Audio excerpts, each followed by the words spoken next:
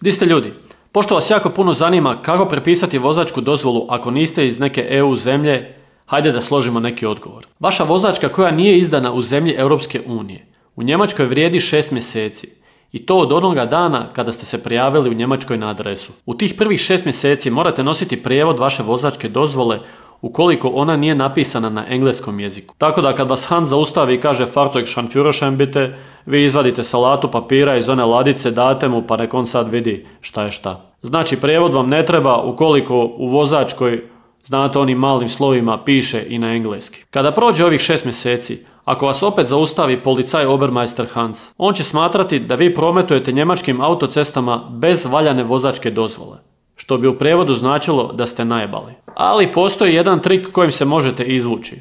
Ako imate vizu na 12 mjeseci i naravno to možete dokazati, možete produžiti za još 6 mjeseci valjanost vaše vozačke dozvole. Znači ako Vaterland napuštate nakon 12 mjeseci, ne morate prevoditi zapravo vašu vozačku na njemački jezik. Ako ipak slučaj da ste odlučili ostaviti krv, znoj i suze u Njemačkoj do vaše penzije, tada ćete vašu vozačku dozvolu morati prepisati na njemačku. A koji bi bili uvjeti za to? To zapravo ovisi o tome u kojoj je zemlji vaša vozačka dozvola izdana. Znači, da li ćete vi morati još ići polagati teoriju ili praksu, ovisi o tome u kojoj je zemlji ova vozačka dozvola izdana, te jest da li ta zemlja ima sporazum sa Njemačkom. Od 1.6. ove godine je ovo dosta olakšano za Albaniju i za Kosovo. Ostavit ću vam jednu listu, ispod videa imate link i u toj listi možete vidjeti za vašu zemlju koja je situacija. Ali odmah da znate, Srbi i Bosanci ne moraju ništa, samo prepišete i vozi.